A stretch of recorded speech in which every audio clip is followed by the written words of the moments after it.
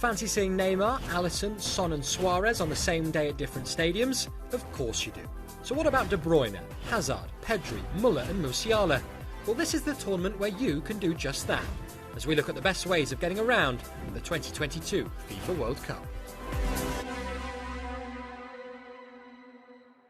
Hello there and welcome to the Lusail Stadium, which will host 10 games including the final of the FIFA World Cup. And the first one here is not a bad one either. Argentina and Lionel Messi, who will no doubt be playing in his last ever FIFA World Cup when they take on Saudi Arabia. And how about following Mexico and their army of fans when they take on Poland and one of the world's best strikers in Robert Lewandowski? Well, this is the World Cup where you can do just that. Come inside and follow me.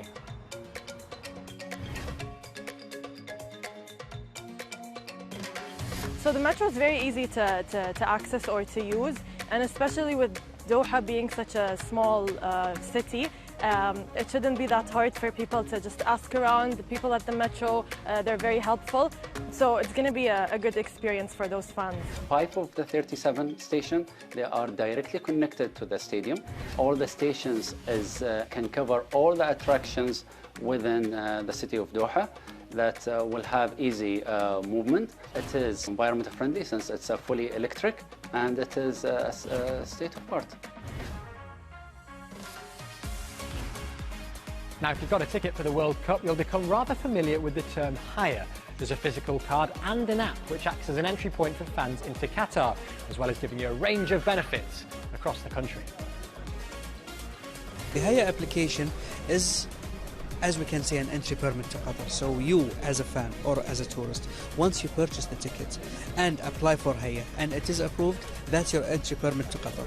I can also mention that you will have access to the public transportation, and the Haya application is your entry permit to all the entertainment activities that will go on in Qatar during the World Cup. For most fans, getting to see a ticket at a World Cup match is a once-in-a-lifetime opportunity. So the chance to see 2 in a day is pretty special indeed.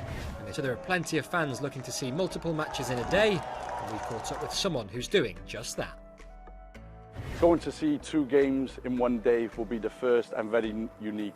I mean, it is the smallest World Cup and it is doable. So why not do it? It's a once-in-a-lifetime experience, which I can see, and the experience I can give to my little brother and my father. One of the main things was obviously going to watch Wales in the World Cup, and now I'm going to watch 2 games in one day, and I'll be watching Wales, and hopefully they get the victory, but I'll make the most of the experience. Yeah, I'll go there and enjoy the 2 games.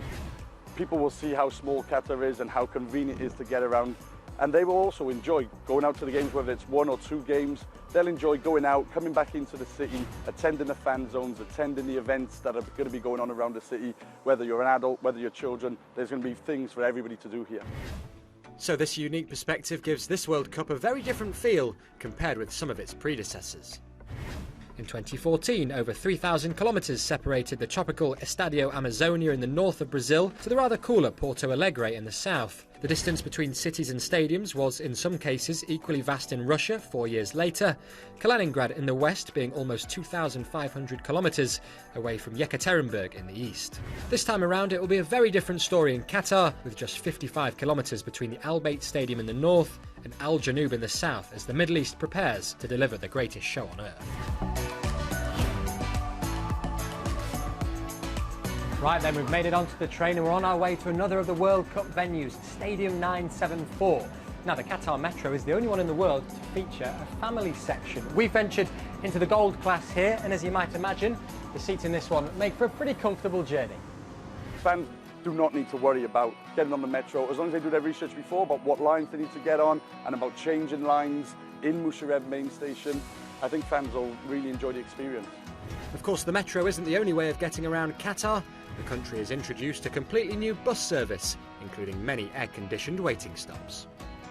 5 bus hubs in central Doha that provide Stadium Express, so direct buses from central Doha all the way to the stadium, non-stop, and from central Doha to the stadium and from stadium to central Doha. The options for taking the Stadium Express bus are as follows. You can get on at Bawa Madinatna. The cultural centre and tourist hotspot of Souk Waqif will no doubt be a popular place to embark from. The FIFA Fan Festival at Al Bidr will see thousands take the bus option. West Bay in central Doha, home to many hotels, will be another convenient base. And there's also the option of Bara Barahat to the south of central Doha.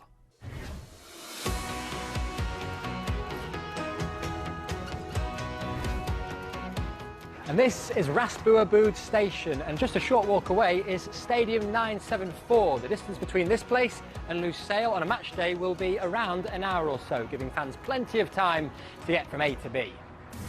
It's very exciting for fans coming to attend the FIFA World Cup Qatar 2022. Of course, because it's the first compact World Cup, because of the easy accessibility and the great public transport system that's been implemented in the last 5 years, I would say. So I would say people are in for a very unique experience here in Qatar, and we can't wait to have them. Well, that brings us to the end of this week's show. Do let us know your thoughts at home using the hashtag #FootballNowTravel. We'll have plenty more World Cup content coming your way over the next month or so. We'll see you next time for more Football Now.